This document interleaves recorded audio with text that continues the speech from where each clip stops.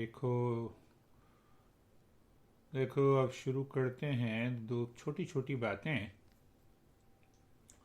आवाज़ ना आए तो फिर मेरे को ऊपर ऊपर से हाथ हिला देना थोड़ा सा, तो मैं समझ जाऊंगा, फिर मैं दोबारा बोल दूंगा।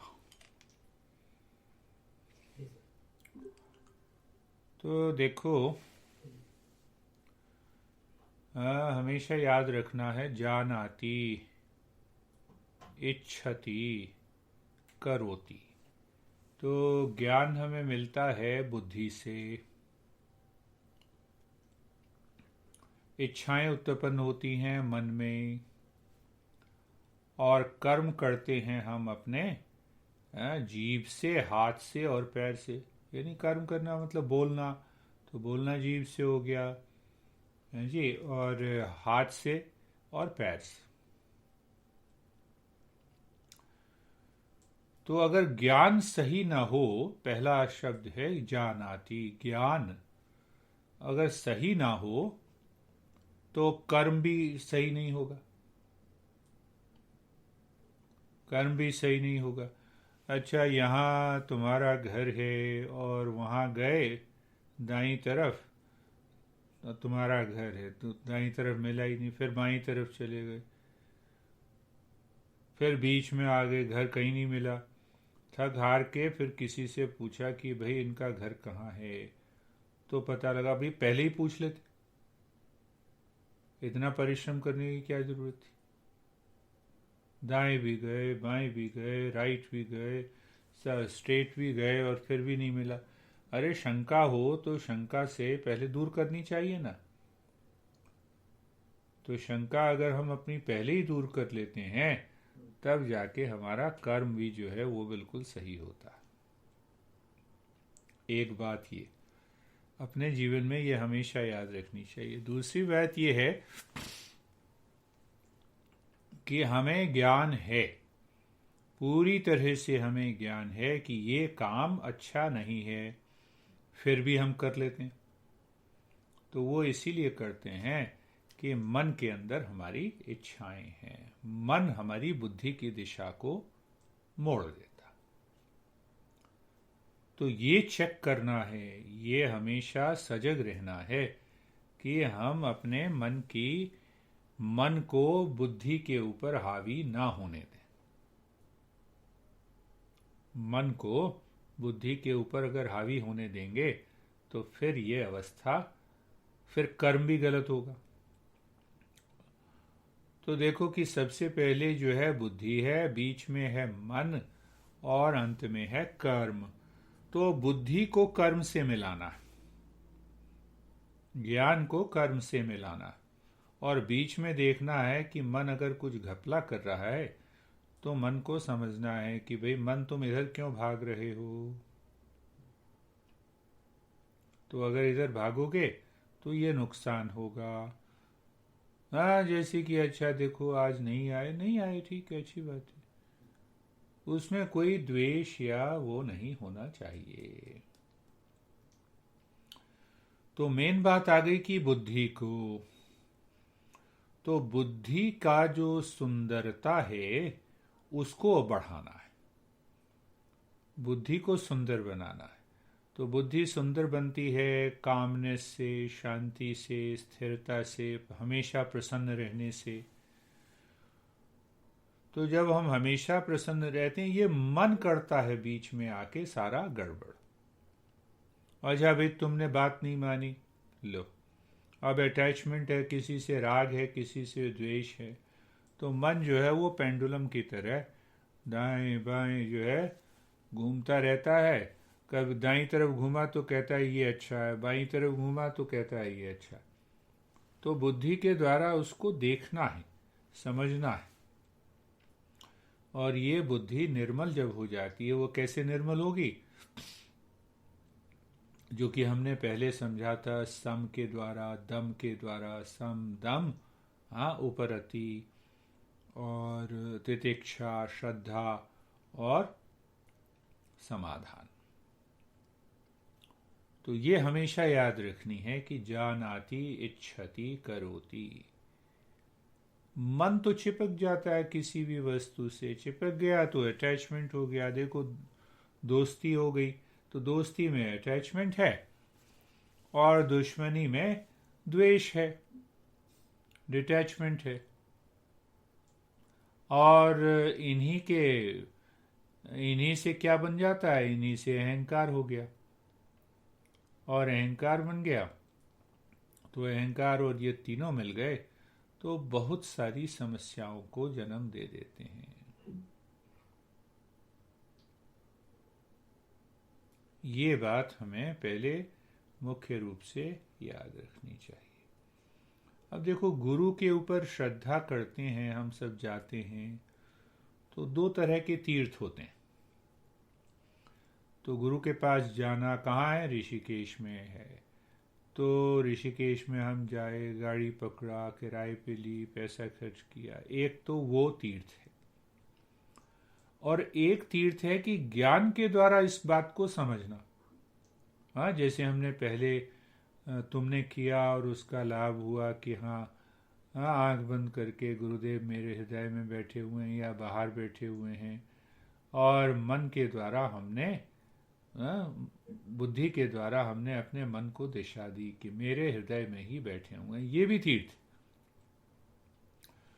तो अगर हम ऋषिकेश न जाके अपने हृदय में ही गुरुदेव को बिठा लेते हैं तो इसका भी लाभ उतना ही होता है जितना, बल्कि उससे ज़्यादा होता है, क्योंकि इसमें ज्ञान का पक्ष है, ज्ञान भी है, समर्पण भी है, और सूक्ष्म कर्म भी है। हाँ, धीरे धीरे। इसका मतलब ये नहीं कि नहीं जाना, पर जब इसका लाभ ज्यादा है। तो अब देखो कि गुरुदेव पे भी श्रद्धा दो प्रकार की होती है। एक तो हम अपनी बुद्धि पर ही श्रद्धा करते हैं, तो हमने अपनी बुद्धि पे श्रद्धा की तो बुद्धि कभी धोखा दे देती है। और एक ये है कि उस बुद्धि को भी हमने गुरुदेव को समर्पण कर दिया, ज्ञान के द्वारा, भाव के द्वारा। ज्ञान और भाव के द्वारा जब हम समर्पण कर देते हैं तो ये बुद्धि, श्रद्धा की बुद्धि बड़ी है अपनी बुद्धि पर भरोसा करने से। बुद्धि का प्रयोग हम करेंगे ही, बुद्धि का प्रयोग हम हमेशा करेंगे, पर जब भरोसा की बात आएगी, श्रद्धा की बात, तो जो बाह्य ज्ञान है हमने लिया है, उसके ऊपर हमें संपूर्ण विश्वास अगर हो जाता है, श्रद्धा हो जाती है, तो इसका प्रभाव क्या पड़ता है? विवेक का जागरण हो जाएगा। अपनी बुद्धि पर भरोसा करने से विवेक का जागरण नहीं होगा, ये समझना है। तो अब इसका क्या मतलब हुआ कि भाई हम श्रद्धा दूसरी प्रकार की है जिसमें हमने या तो ये कहो कि जो शास्त्रों का ज्ञान है उसके ऊपर हमारी श्रद्धा है। शास्त्रों का जो ज्ञान है, बुद्धि कहती है नहीं ये समस्या है, सुलझाने का उपाय ये है, तो हमारी बुद्धि ने ये कहा और हमने ज्ञान प्राप्त किया शास्त्रों का, उसमें दूसरी तरह की बात लिखी हुई है, तो उसके ऊपर हमने श्रद्धा की, तो उसका प्रभाव बहुत ज़्यादा होता है। उदाहरण लो, मैं आपसे बहुत ज़्यादा प्यार करती हूँ या करता हूँ, ये सब अटैचमेंट है। कौन कहता है? ये हमारे शास्त्र कहते हैं, हमारे गुरु बताते हैं। तो नहीं, अब पति पत्नी एक दूसरे को कहते हैं कि नहीं, मैं आपसे बहुत ज़्यादा प्यार करती हूँ, मैं आपसे बहुत ज़्यादा प्यार करता हूँ, ये प्यार है ही अटैचमेंट। अब अपनी बुद्धि पे भरोसा करो तो तुमने अटैचमेंट पे भरोसा किया, तो उसका दुख तो उठाना पड़ेगा। एक उदाहरण देता हूँ। और अगर शास्त्र को हमने पहले देखा कि शास्त्र पे श्रद्धा है, तो ये वास्तव में अटैचमेंट है। प्रेम तो केवल हृदय से ही उतर कर आता है। प्रेम हमें ऊपर उठाता है। प्रेम में कभी भी गड़बड़ नहीं होती। दूसरी तरह का जो प्रेम है वो भक्ति है, वो आत्मसमर्पण है। प्रेम का मतलब है देना, प्रेम का मतलब लेना नहीं है। तो अगर ये बात मेरी बुद्धि में बैठी हुई है तो पति हो तो हम जो दे सकते हैं पति को बड़े भाव से हमने दे दिया। पिता हो, पत्नी हो, दोस्त हो, युक्ति पूर्वक समझ के। तो ये भाव प्रेम का है। और दूसरा प्रेम भाव जो है वो आसक्ति का है।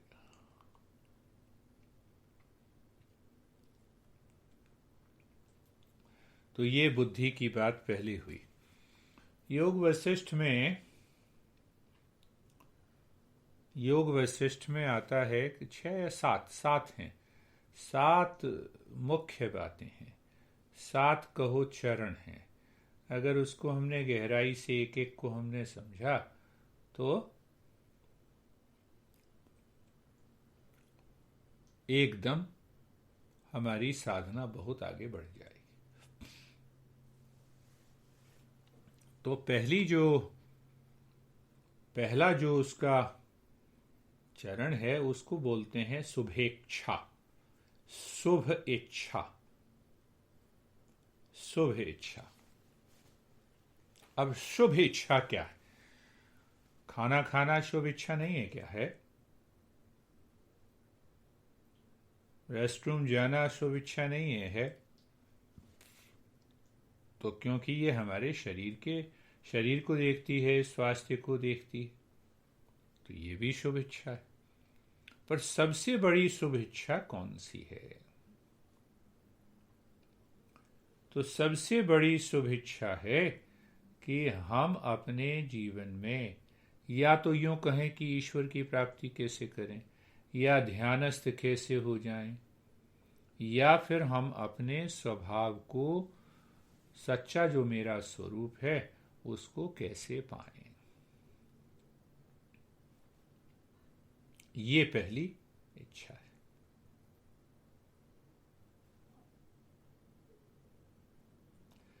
कि हमें हमारा जो सच्चा स्वरूप है या हमारे जीवन का उद्देश्य जो है, हाँ, हमने पहले भी कई बार चर्चा की कि एक तो होता है गोल ऑफ लाइफ, जीवन का उद्देश्य होता है, और एक होता है जीवन में उद्देश्य।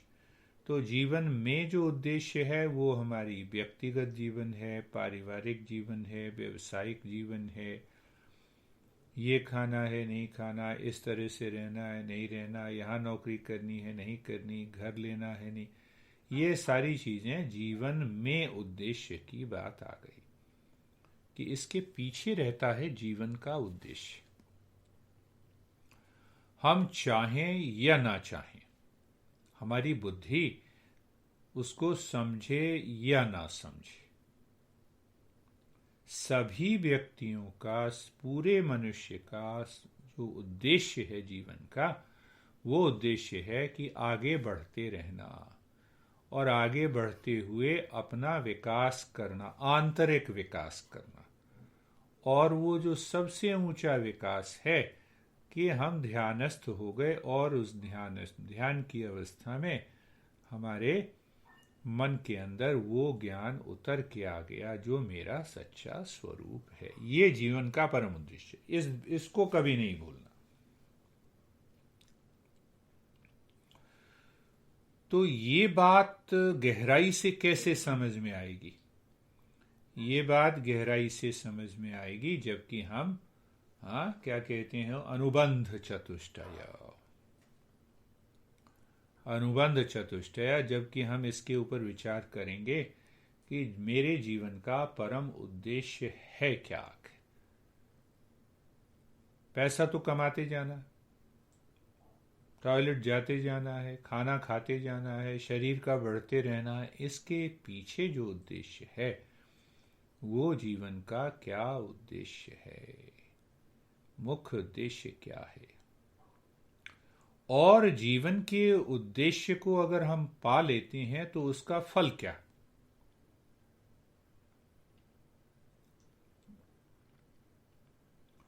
तो उसका फल दो हैं।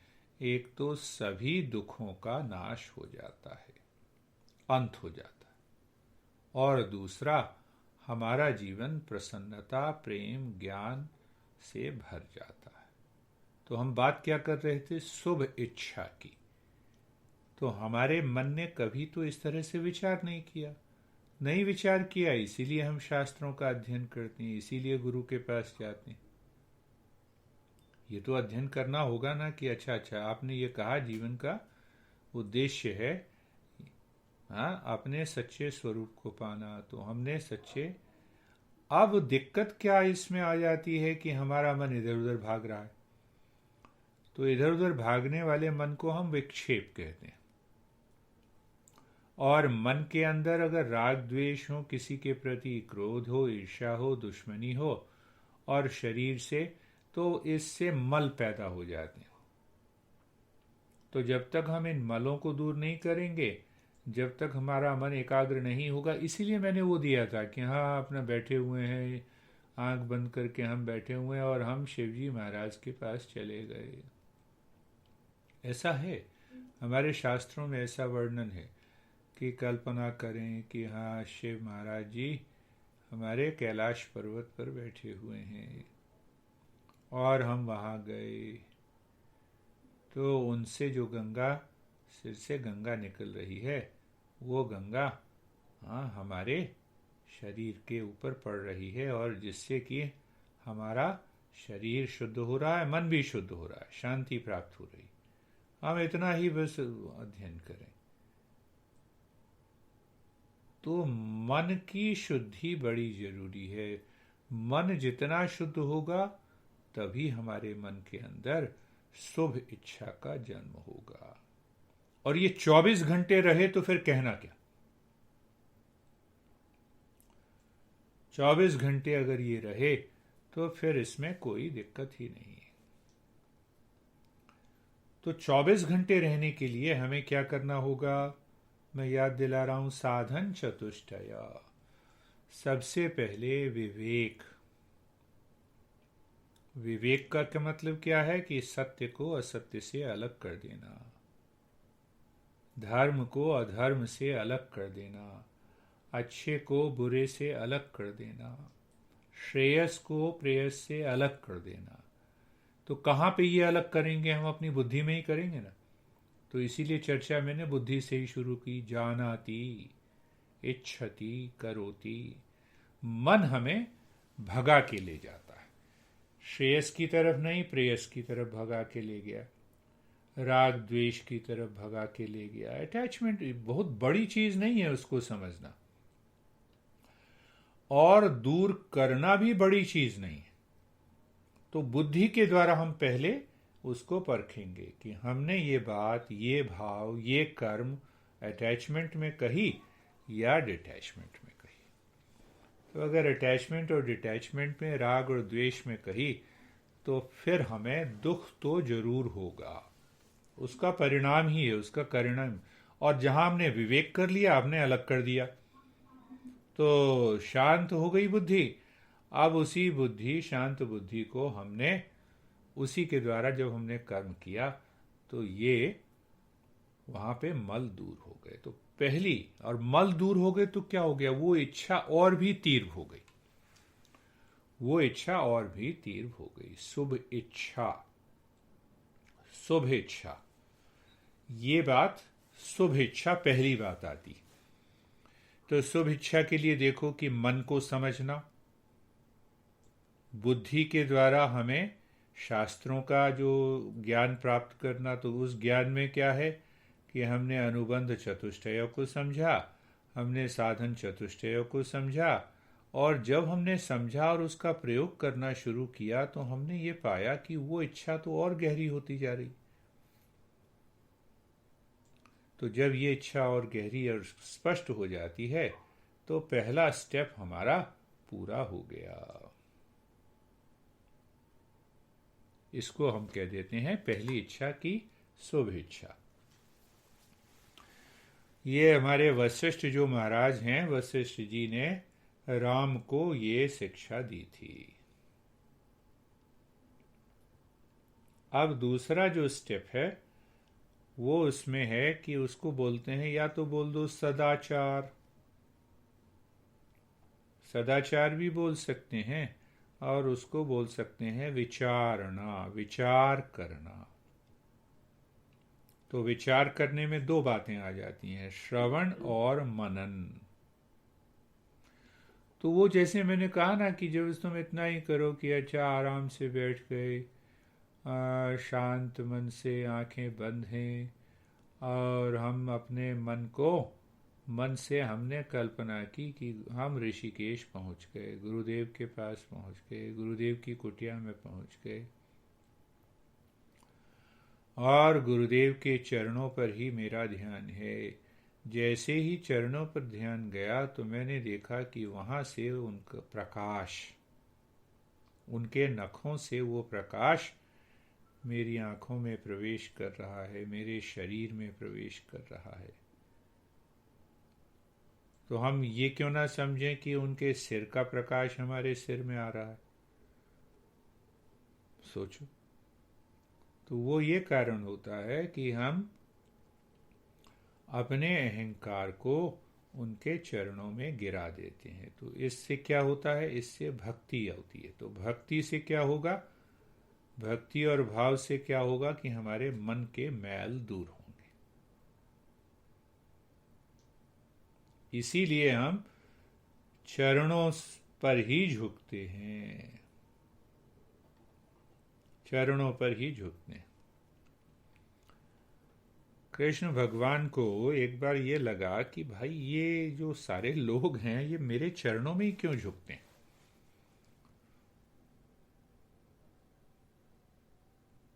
तो छोटे ही थे वो, कहते हैं सब लोग, मेरी माँ भी झुक जाती है मेरे चरणों में।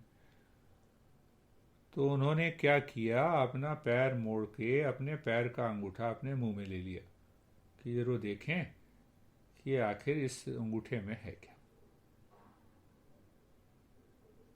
तो ये एक समझाने का तरीका है। तो हम भाव के द्वारा, जब प्रेम के द्वारा, चाहे तुम घर बैठ के करो चाहे वहां जाके करो, तो विचार के द्वारा जब हम करते हैं तब उसका ज्यादा प्रभाव होता है। नहीं तो अभी जैसे गए और टिकट भी कटाई और फिर वापस भी आ गए, मन भी थोड़ा सा दुखी हुआ, देखो वहां तक गए, पैसे भी खर्च किए, और यही काम अगर हमने मन के में विचार के साथ कर लिया होता तो उसका प्रभाव ज्यादा होता। तो ये विचारणा दूसरी प्रक्रिया है, विचारणा श्रवण और मनन। तो पहले सुनना है, सुनना है, शास्त्रों का अध्ययन करना है, प्रिंसिपल्स का अध्ययन करना है, जो, और उसमें बार बार ये देखना है, और उसके बाद फिर आंख बंद करके मनन करना। अच्छा 5 मिनट बैठ गए और हमने देखा कि मन कह रहा है ये काम करो ये काम करो, और हम ये देख रहे हैं कि जो भी वो कह रहा है सब बेकार है। तो क्या करना है, वहां पर बुद्धि को लाना है। मन कहेगा बड़ी बेचैनी हो रही है, अच्छा ये काम कर ही लो। तो बुद्धि के द्वारा कहना है कि जस्ट देखते हैं, आधे घंटे अगर शरीर पूरी तरह से स्थिर रहा तो मैं ये काम करूंगा। ये विचार के द्वारा हम समझा रहे हैं। और अच्छा आधे घंटे तो मन थोड़ा सा शांत हुआ तो फिर हम शिव के ऊपर ले गए या गुरुदेव के ऊपर। अच्छा गुरुदेव को देखते हैं कि हृदय के अंदर बैठे हुए हैं, उनको प्रणाम कर रहे हैं, उनके नखों से बड़ा तेज प्रकाश मेरी आंखों के अंदर आ रहा है, मैं समर्पण कर रहा हूँ, और ये समर्पण से मेरे मन के मैल दूर होंगे, मेरा भक्ति भाव बढ़ेगा। कुछ नहीं, आंख खोल के भी हम कर सकते हैं। तो अब साधक होते जा रहे हो तो साधक को ये सब अब करते रहना, कि एक ऐसी अवस्था आ जाए साधक की कि वो इस साधना से कभी भी मुंह न मोड़े। तो ये श्रवण मनन के द्वारा ये बात विचारणा दूसरा स्टेप हो गया। कि देखो अब ये सिंपल सा ही है कि जैसे तुमने गोल फिक्स कर लिया, उद्देश्य जीवन का फिक्स कर लिया कि मुझे इनके घर जाना है, तो विचार किया कितना टाइम लगेगा, कैसे जाना है, कहाँ तक जाना है। तो ये दूसरा स्टेप हो गया, विचारणा विचारणा हो गया। तो ये क्या होता है कि जैसे ये दूसरा स्टेप अगर हम करते रहते हैं तो मन सूक्ष्म होता रहता है, मन जो है सूक्ष्म हो जाता है। तो मन के सूक्ष्म होने का क्या मतलब है? तो जैसे मैंने अभी कहा था कि जैसे गुरुदेव की इस प्रकार की साधना करनी है, शिव की साधना करनी है, तो मन अंदर जाना शुरू कर देता है। तो मन अंदर जाना शुरू कर देगा तो मन स्थूल विषयों को छोड़कर सूक्ष्म विषयों को पकड़ना शुरू कर देगा। जैसे उदाहरण लो कि हम कहते हैं अच्छा आंख बंद करो, श्वास पर ध्यान दो, तो श्वास दिखाई तो नहीं देती, पर फिर भी मन जानता है कि श्वास आ रही है, जा रही है। और मैं ये कहूं कि बाहर वृक्षों को देखो, बाहर दीवार को देखो, तो ये हो गए स्थूल विषय। तनुमानसा तीसरा जो चरण है, वशिष्ठ ने ये कहा कि मन को सूक्ष्म बनाओ। जितना हम मन को सूक्ष्म बनाएंगे उतना राग द्वेष कम होंगे, उतना दुख कम होगा, उतना अहंकार कम होगा। अपने आप ही मन को सूक्ष्म बनाना। तो सूक्ष्म बनाने के लिए भाई हम, जैसे मैंने एक उदाहरण अभी दिया कि हम घर में बैठकर गुरुदेव की प्रतिमा को कल्पना करें और हमने अपने को पूरी तरह से समर्पण कर दिया। तो अब हम ये देखते हैं कि आखिर ये समर्पण क्या है, इस पर विचार करते हैं। समर्पण, अर्पण कर दिया कि जो कुछ है वो तुम्हारा है, मैं जो कुछ हूं वो तुम्हारा है। तो अब इस अवस्था में जब हम आ गए तो हमने अपने मन को सूक्ष्म बनाना शुरू किया। एक तो ये बात समझ लेनी तीसरे स्टेप में, हाँ, तनुमानसा। और दूसरी बात यह है तनुमानसा में कि सुबह से शाम तक कितनी बार याद आता है अपने जीवन का उद्देश्य। हमारा मन कितने बार उस भाव में जाता है कि मुझे अपने जीवन के उद्देश्य को प्राप्त करना है। इसीलिए मैंने शायद बताया कि रात में सोने से पहले बताया था, रात में सोने से पहले और सुबह उठने के बाद। तो क्या बताया था कि जब हम रात में सोते हैं तो सारी इच्छाएं भी हमारे साथ सो जाती। तो उस समय हम विराम दे दें, सोने से पहले सोने लग जाएं, तो हम अपने शरीर को शिथिल कर लें। और ये बताया था ना, और वहाँ पर कोई भी जैसे मंत्र का उच्चारण, असतो मा सतगमय, हम असत्य से सत्य की ओर चलें। मैं संकल्प लेता हूँ कि मैं असत्य से सत्य की ओर चलूँगा। तमसो मा ज्योतिर्गमय, या ये ले लें, या हमने ये कहा ओम नमः शिवाय, ओम बुद्धाय नमः, कोई भी मंत्र ले लिया। तो हमने क्या किया, सोने से पहले हमने शुभ इच्छा को अपने मन में स्थापित कर लिया। सारे उल्टे सीधे ये जो सपने वगैरह हैं ये अपने आप ही बंद हो जाएंगे कुछ दिनों। शांति भी बड़ी गहरी हो जाएगी। और सुबह उठे तो मन वापस इच्छाओं में जाएगा। तो जाने से पहले फिर 5 मिनट हमने कर लिया, 5 मिनट ही, ज़्यादा नहीं करना। धीरे धीरे 1 हफ्ते 2 हफ्ते में फिर धीरे धीरे हमारा मन जो है वो शांत हो गया। ये तीसरी प्रक्रिया हुई। तो तीसरी प्रक्रिया के बाद इसमें और भी स्पष्ट हो जाता है। मुझे 3-4 4 साल 5 साल लग गए उस बात को समझने में। धीरे धीरे समझने के बाद जब ऐसा लगा तो बस फिर तो मन 24 घंटे उसी भाव में बना रहता था। कौन कर रहा है? गुरुदेव कर रहे हैं। किसने कराया? गुरुदेव ने कराया। इस भाव में रह के 24 घंटे। तो जब ऐसी अवस्था आती है तो चौथा जो चरण है वशिष्ठ जी बताते हैं उसको बोलते हैं सत्वापति। अब सत्वापति तो तनु मानसा में जो तीसरे स्टेप में है वो सारी साधना है जो तुम कर रहे हो। कई प्रकार के ध्यान की पद्धति मैंने बताई, कभी कब क्या किसकी जरूरत है, तो वो जब मैंने बताया वो भी तनु मानसा तीसरे स्टेप में आता है। तो हम ध्यान जब करते रहते हैं, समझते रहते हैं, तब आती है कि अब हमारा मन, देखो दो तरह की बातें।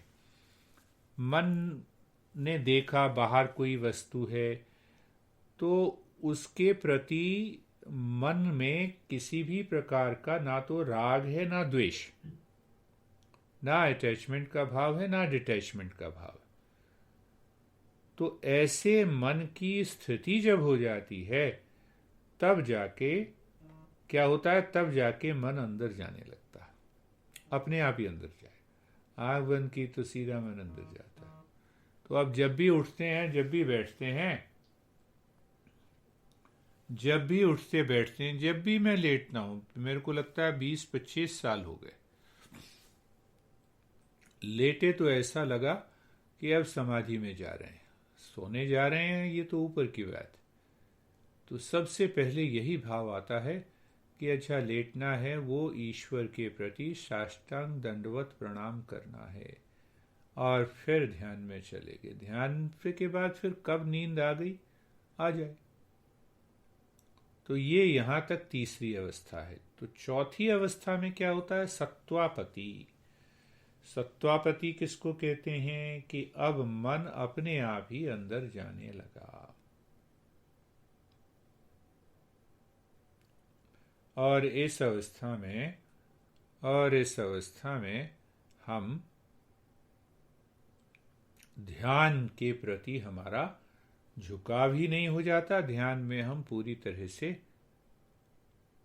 एब्जॉर्ब हो जाते हैं।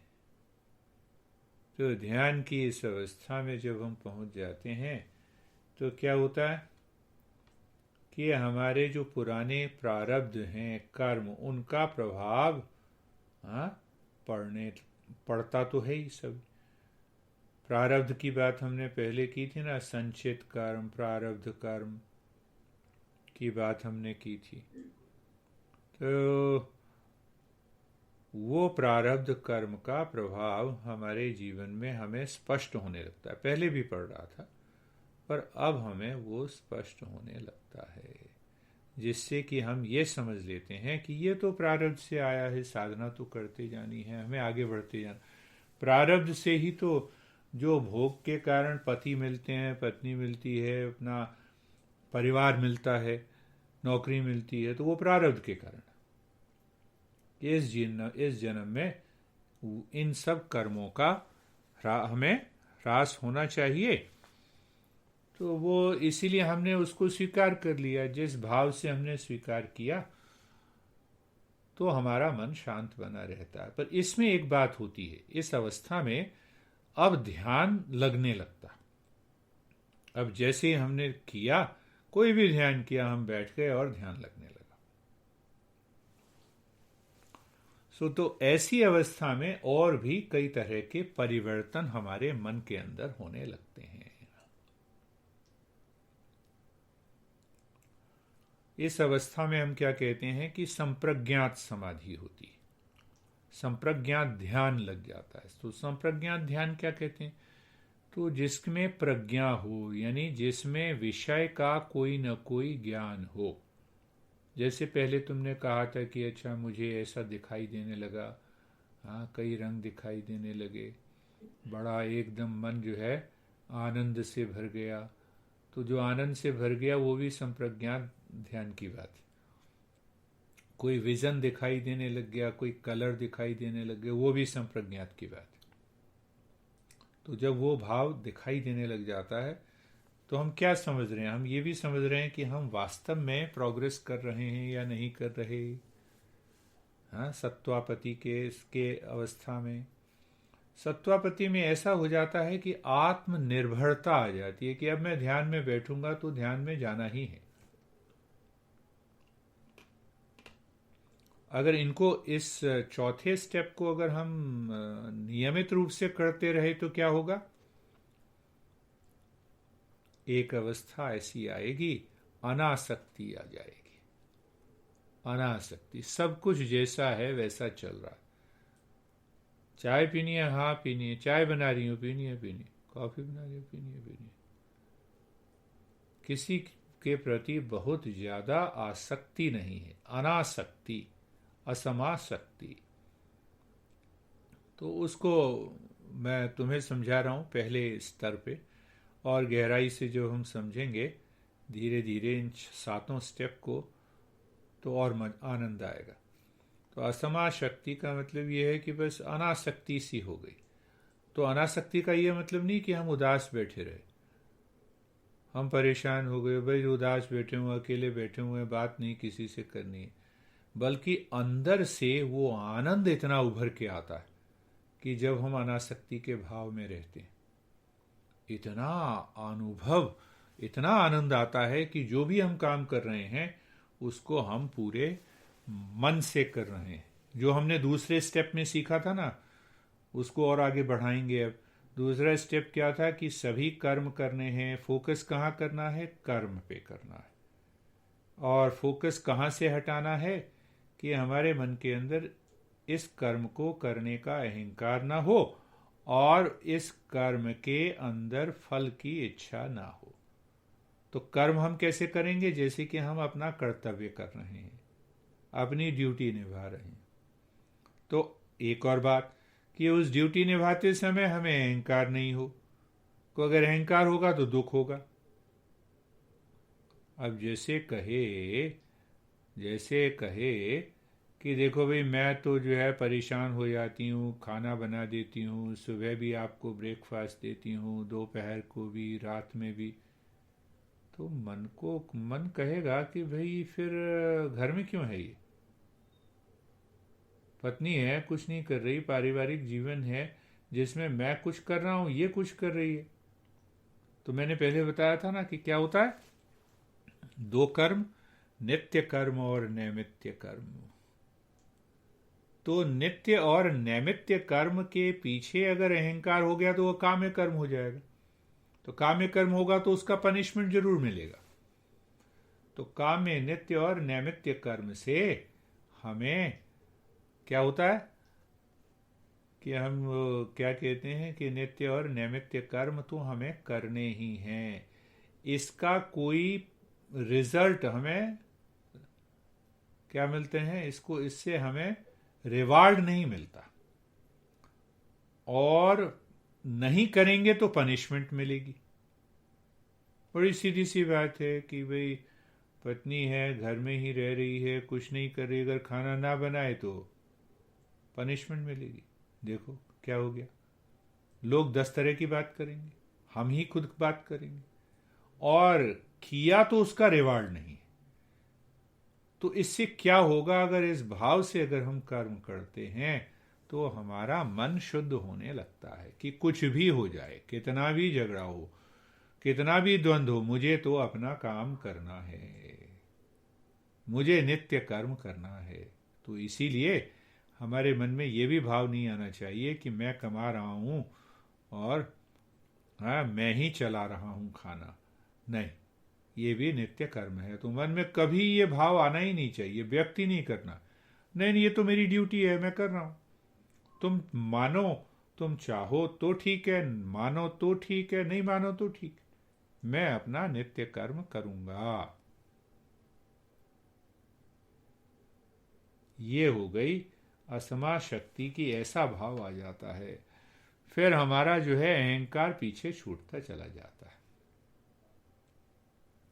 तो असमा शक्ति, उसके बाद आती है और गहरे ध्यान की अवस्था जिसमें पदार्थ अभावना कहते हैं। तो पदार्थ भावना को क्या कहें हम? पदार्थ भावना को आ, पदार्थ भावना को हम इससे समझे कि भाई हाँ, तीन चीजें हैं। उसकी चर्चा हमने शायद नहीं की थी, तृप्ति, तुष्टि और रति। देखो, हमें तीन, हमारा मन भागता है ना, वो आनंद बाहर गलत ढंग से देखता है और तीन ही वस्तुओं में भागता है। तो एक होती है रति। तो रति में यह है कि शारीरिक संबंध हो गया और अपना शरीर से जो संवेदनाओं का अनुभव है वो हो गया। और एक होती है तृप्ति। तो आज क्या बनाया है खाने में, तो भोजन से तृप्ति होती है कि अच्छा मेरे मनपसंद का खाना बना तो तृप्ति हो गई। और तीसरा तुष्टि। तो तुष्टि क्या हो गई, तुष्टि में मेरा घर है, मेरा मकान है, मेरे पास इतने पैसे हैं, इसीलिए मुझे संतोष होता है। तीन तरह की मन जो है इन तीन भागों में भागता है। कौन सा किस में भागता है, तो मन अब इस अवस्था में, ध्यान की इस गहरी अवस्था में सब काम कर रहा है पर भागता नहीं है, बेचैनी नहीं है। घर नहीं है तो नहीं है, रह तो रहे हैं घर में, बड़े आराम से रह रहे हैं। हाँ, पर अगर कोई व्यवस्था होगी तो हम उसको भी करेंगे। पर पदार्थ अभावना, यानी किसी भी बाह्य वस्तु के प्रति हमारी कोई ऐसी भावना नहीं रहती जिससे कि हमें दुख होता है। जिसके होने पे दुख होता है, जिसके ना होने पे भी दुख होता है। तो ऐसा मन बिल्कुल खाली सा हो जाता है, खाली ही रहता है। तो जब भावना ही नहीं होगी किसी पदार्थ की तो मन खाली रहेगा। मन खाली रहेगा तो हमारी जो स्वरूप है, ईश्वर जो है, वो हमारे मन में प्रकट होने लगेगा। ये पदार्थ अभावना हो गई, ये छठी अवस्था हो गई। और सातवीं अवस्था में कहते हैं तुरिया। तुरियावस्था हमने कई बार बातचीत की थी। तुरिया की, ध्यान की गहराई में जाके हम चौथी अवस्था में पहुंच जाते हैं। तुरिया को हम बोलते हैं निर्वाण की अवस्था। तुरिया की अवस्था में हमें ज्ञान मिल जाता है, अपने ईश्वर का कहो, अपने स्वरूप का ज्ञान मिल जाता है। और किसी भी प्रकार की जो द्वंद्व हैं, जो दुख है, वो बिल्कुल अपने जीवन से हट जाता है। तो देखो कि एक तो ये ज्ञान के द्वारा गहराई से समझने की विधि है, और एक ये है कि अज्ञान में पड़े रहे और किसी ने कहा कि कुंडलनी जगाओ, अब पता ही नहीं है, हम किए जा रहे हैं। अब कभी लाभ होता है, कभी लगता है बड़ा डर लगता है। तो एक तो हुआ ज्ञान के द्वारा समझ के साधना करनी है, और दूसरा हुआ कि अज्ञान के द्वारा हम साधना करते रहेंगे तो कभी भी हम आगे की ओर नहीं बढ़ पाएंगे। तो ये जो 7 चरण हैं, वो 7 के साथ कहीं ऐसा तो नहीं है कि ये सातों 7 चक्र से संबंधित हैं। 7 चक्र से संबंधित है। हाँ, जो पढ़ा होगा ना, कई बार सुना होगा, कुंडलनी जागरण है। हाँ, तो ये सातों चक्र से संबंधित हैं। तो ये 7 भाग, तुरिया सबसे अंत में अवस्था है। फिर है पदार्थ अभावना, उसके नीचे है असमा शक्ति, फिर है सत्वापति, फिर है तनुमानसा, फिर है विचारणा, फिर है शुभेच्छा। तो जो शुभ इच्छा है, सबसे पहले ये सबसे बड़ी पहला स्टेप रखना। तो इसको कब पैदा होती है, बार बार सुनने से पैदा होती है। एक बार हमने एक तरीके से सुना, फिर दूसरे तरीके से सुना, फिर तीसरे तरीके से सुना, तो बार बार जब हम इसको सुनते हैं तब जाके ये अस्थिति आ जाती है। हमारा मन जो है अब उसमें बैठ गया। तो उसी को हम सत्संग कहते हैं। बहुत सारे जो भक्त हमारे ऋषि मुनि हुए हैं, उन्होंने ये कहा है कि सत्संग यही है कि इसको सुनना, समझना और फिर इसको अपने जीवन में अपनाना।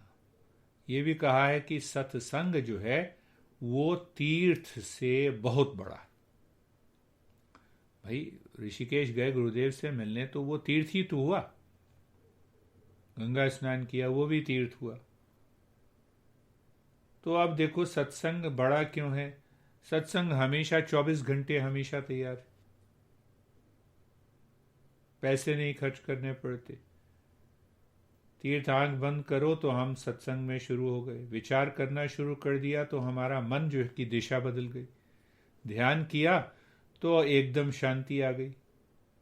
वहाँ तो जाने के लिए गाड़ी करनी है, किराया देना है, खाना की व्यवस्था करनी है, फिर देखते हैं कि वहाँ पहुँचते हैं नहीं पहुँचते हैं। तो सत्संग ये कहते हैं कि इसी को सत्संग कहते हैं। सत्संग बहुत बड़ा है तीर्थ से बहुत बड़ा है।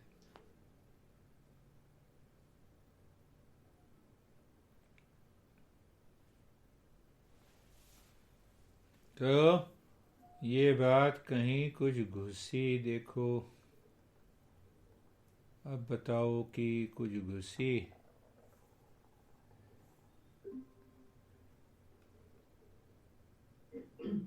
हाँ हाँ बोलो ना। हाँ, काफी अच्छा लग रहा था सर सुन के। लेकिन बीच बीच में ना थोड़ा आज पता नहीं क्या नेटवर्क को आज रात में भी सुना दोबारा। और दो तीन बात में जो आपने सात स्टेप बताए क्या बताया? हैं, बड़े मतलब जो आपने सात चरण बताए हैं, हाँ